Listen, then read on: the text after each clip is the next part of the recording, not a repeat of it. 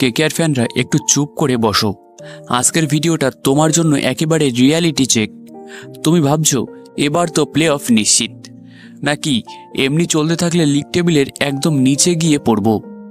আজকের ভিডিওতে বিশ্লেষণ করব কেকেআরের পারফরমেন্স, ব্যালেন্স, স্কোয়াডের অবস্থা, আর জানবো এই টিমের সত্যিই কি প্লে অফে ওঠার ক্ষমতা আছে।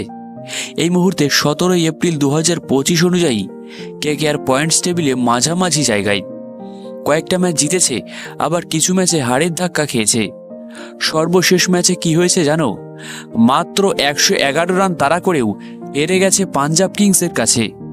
এটা আইপিএল ইতিহাসে সবচেয়ে কম রান ডিফেন্ড করে জয়, আর কেকেআর সেই ইতিহাসে নাম লিখিয়েছে হারের টিমে।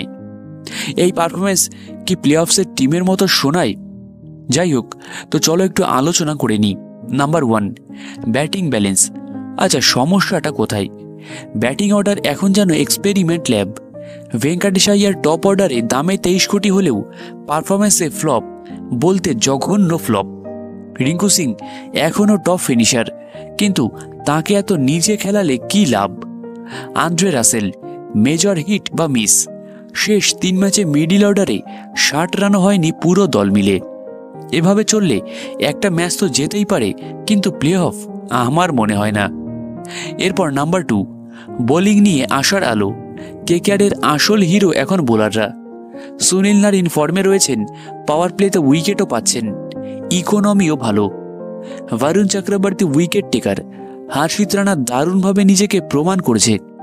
রাসেলও বোলিংয়ে ফাটাচ্ছে কখনো কখনো, কিন্তু সমস্যা হলো এক্সট্রা স্পেশালিস্ট পেসার নেই।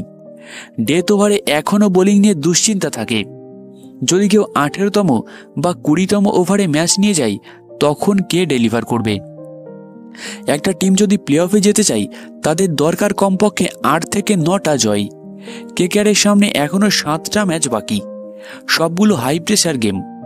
যদি ব্যাটিং না জাগে, তাহলে এই ম্যাচগুলো জেতা কঠিন, আর প্রত্যেকটা হারে প্লে অফের রাস্তাটা আরও কঠিন হবে।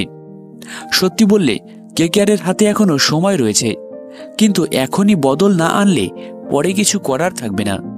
Team combination, batting order, squad refresh সবটাই দরকার, আর ফ্যানদেরও এবার বাস্তববাদী হতে হবে।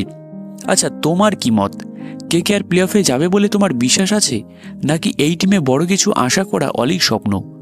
কমেন্টে জানাও, সাবস্ক্রাইব করে পাশে থাকো, আর কেকেআরের প্রত্যেকটা ম্যাচের পরে এমন রিয়েল অ্যানালিসিস পেতে থাকো।